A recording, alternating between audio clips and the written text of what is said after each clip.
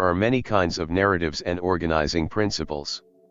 Science is driven by evidence gathered in experiments, and by the falsification of extant theories and their replacement with newer, asymptotically truer ones.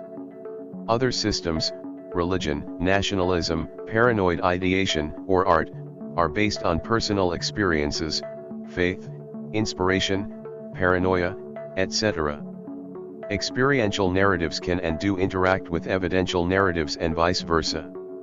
For instance, belief in God inspires some scientists who regard science as a method to peek at God's cards and to get closer to Him.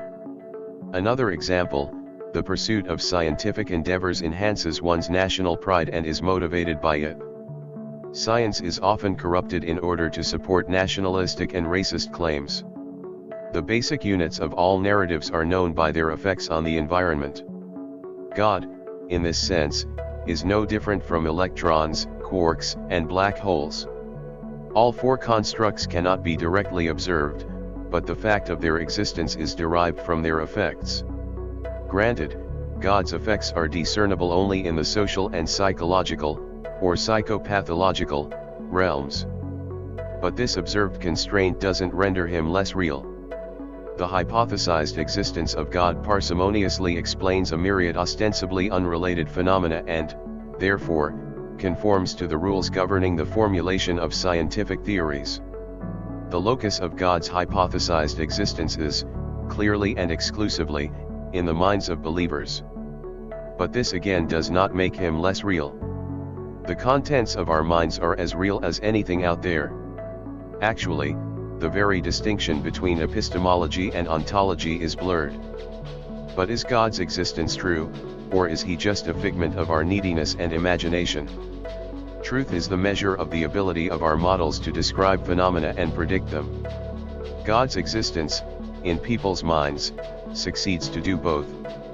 For instance, assuming that God exists allows us to predict many of the behaviors of people who profess to believe in him. The existence of God is, therefore, undoubtedly true, in this formal and strict sense. But does God exist outside people's minds? Is he an objective entity, independent of what people may or may not think about him? After all, if all sentient beings were to perish in a horrible calamity, the sun would still be there, revolving as it has done from time immemorial.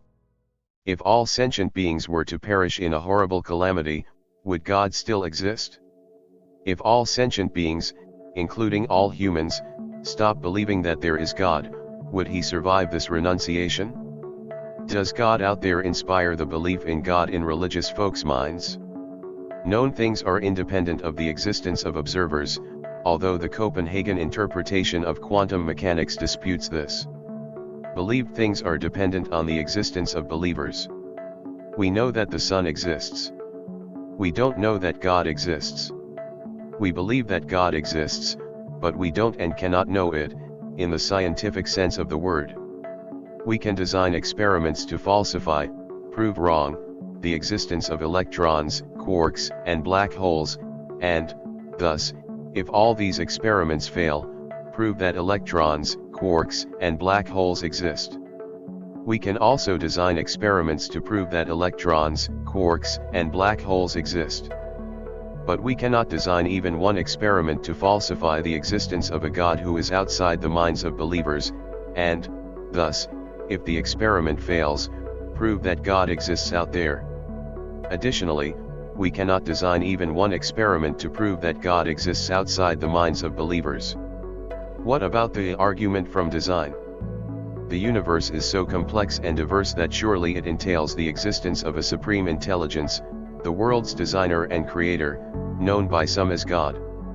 On the other hand, the world's richness and variety can be fully accounted for using modern scientific theories such as evolution and the Big Bang. There is no need to introduce God into the equations. Still, it is possible that God is responsible for it all. The problem is that we cannot design even one experiment to falsify this theory, that God created the universe, and, thus, if the experiment fails, prove that God is, indeed, the world's originator. Additionally, we cannot design even one experiment to prove that God created the world. We can, however, design numerous experiments to falsify the scientific theories that explain the creation of the universe, and, thus, if these experiments fail, lend these theories substantial support. We can also design experiments to prove the scientific theories that explain the creation of the universe. It does not mean that these theories are absolutely true and immutable. They are not. Our current scientific theories are partly true and are bound to change with new knowledge gained by experimentation. Our current scientific theories will be replaced by newer, truer theories. But any and all future scientific theories will be falsifiable and testable. Knowledge and belief are like oil and water. They don't mix.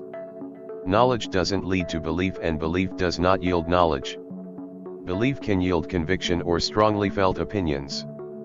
But belief cannot result in knowledge.